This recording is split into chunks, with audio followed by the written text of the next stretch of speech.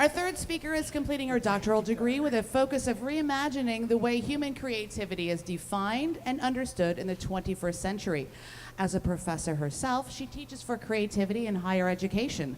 She's also the founder of joyofquotes.com, an inspirational website with one of the internet's largest selections of quotes related to creativity. What you might not know, but may soon find out, is that she also loves Latin dancing. Please welcome Marta Davidovich Ockuly.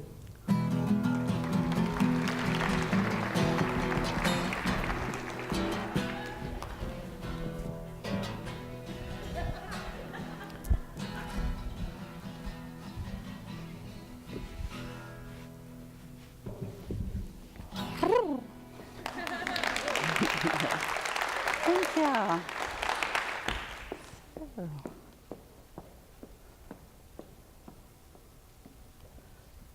Here we go. So, I'm going to give you a hint. By the end of this talk, I hope you're all dancing with this elephant. So, a wise person once said, if there's an elephant in the room, introduce it. Meet imagination, the spark behind all things creative. I'm here today to share evidence that our future depends on creativity fueled by imagination or what is not yet.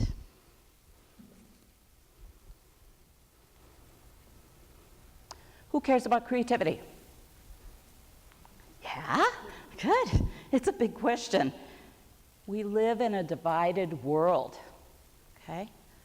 One part of the population is very confident saying, I am creative, but a much bigger part isn't. Raise your hand if you've ever heard anyone say the words, I am not creative. It's an issue, okay? Research shows self-awareness of creativeness is the top trait to develop to become more creative.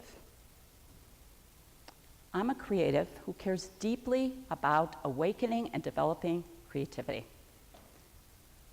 Here's my story. In the summer of 2010, I drove from Sarasota, Florida, where my home is, to Buffalo to begin the master's program at the International Center for Studies in Creativity, right here at Buffalo State. I arrived for the first class session feeling excited. The professor walked in, and the first thing he asked was, what is the definition of creativity? And there was silence. And when no one responded, he said, creativity is novelty and usefulness. You've got to be kidding, flew out of my mouth. He smiled and responded, novelty and usefulness is the scholarly definition. You can define it any way you like. All I could think was, how could a scholarly definition not inspire or even describe creativity? Novelty and usefulness felt lifeless to me. It had nothing to do with the lived experience. This approach may have helped scholars in the past, but I felt deeply it could be dangerous in the not too distant future. A 21st century definition was needed that described the essence of creativity and while inspiring engagement in the process. And I claimed this quest as my new mission, and I had no way of knowing I'd become a slave to that mission for 7 years and counting. So in 2011, I began my PhD program at Saybrook University, and the first study I conducted was titled, Loving or Fearing Creativity. It's all in the definition. My mentor, creativity scholar, Dr. Ruth Richards, and I asked our participants, what does creativity mean to you personally? And these words, were all the words mentioned. Imagination, expression, and ideas were used most often. This research inspired me to uncover all the words associated with the lived experience of ordinary creativity, and to develop a corpus of these terms along with the new definition. My multi-year heuristic inquiry is now complete. As the founder of joyofquotes.com, I'm often asked what's my favorite quote, and this is it. Albert Einstein remains an icon of creativity and imagination. He engaged in creative process for 10 years until his biggest idea was fully actualized. Teaching for creativity in higher education, I use evidence of engagement in process, where creativity is happening, as an effective way to measure creativity. It's important to understand creativity unfolds organically over time, and that imagination, intuition, insight, and tacit knowledge are strengthened in that process. Valuing and encouraging the process promotes creativity. Evaluation of products does not. These maxims emerge from my research. Many of my students do not self-identify as creative. And when they read the first maxim, they begin to open to an expanded idea of creativity that is not tied to being judged for their art abilities or lack of them. This is the biggest concern, the art bias. The second maxim puts the role of imagination into perspective.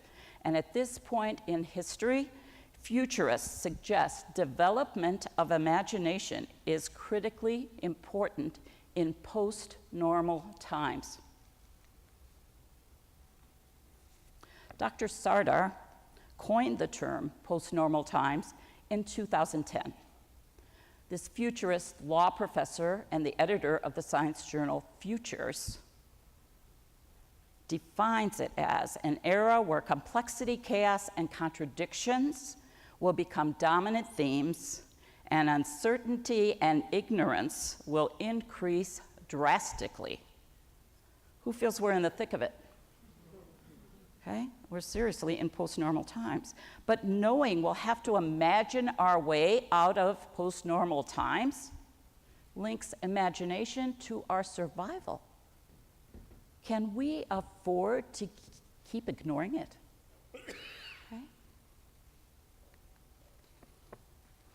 Futurist Dr. Jane McGonigal states, you can't invent, you can't innovate, you can't create, you can't change your life or anyone else's unless you can imagine how things can be different. ICSC's Gerard Puccio, John Cabra, and Nathan Schwegler also point out the importance of imagining possibilities in the creation of new knowledge. The challenge of a dissertation is to bring new knowledge into a field. The question guiding my research is aimed at describing and inspiring personal creativity using phenomenon-based terms. And in the words of Dr. Natalie Rogers, we do not become creative by thinking about it. We reawaken our creativity by engaging in the process of creativity. In 2010, sitting in that first class of my master's program, I imagined the possibility of redefining creativity for the 21st century.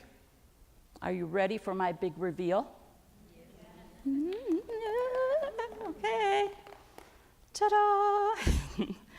My proposed definition posits creativity is the person-centered process of imagining possibilities and taking inspired, expressive action to make ideas real. I have about 50 pages of documentation for each word. But person-centered means human. You'll see why that's important in a minute.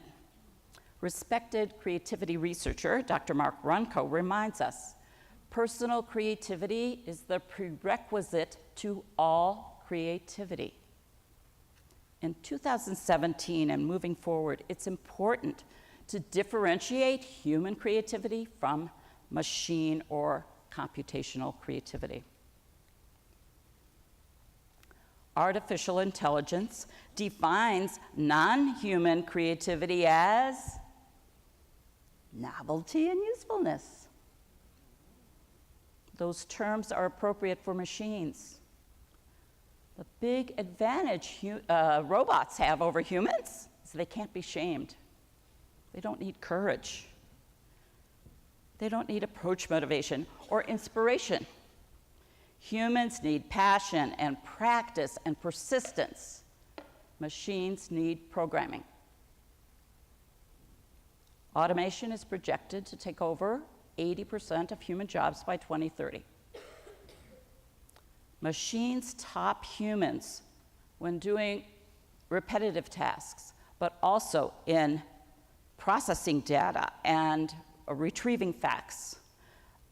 Humans outdo machines when it comes to creative and critical thinking, imagination, intuition, curiosity, common sense, empathy, and the ability to inspire others.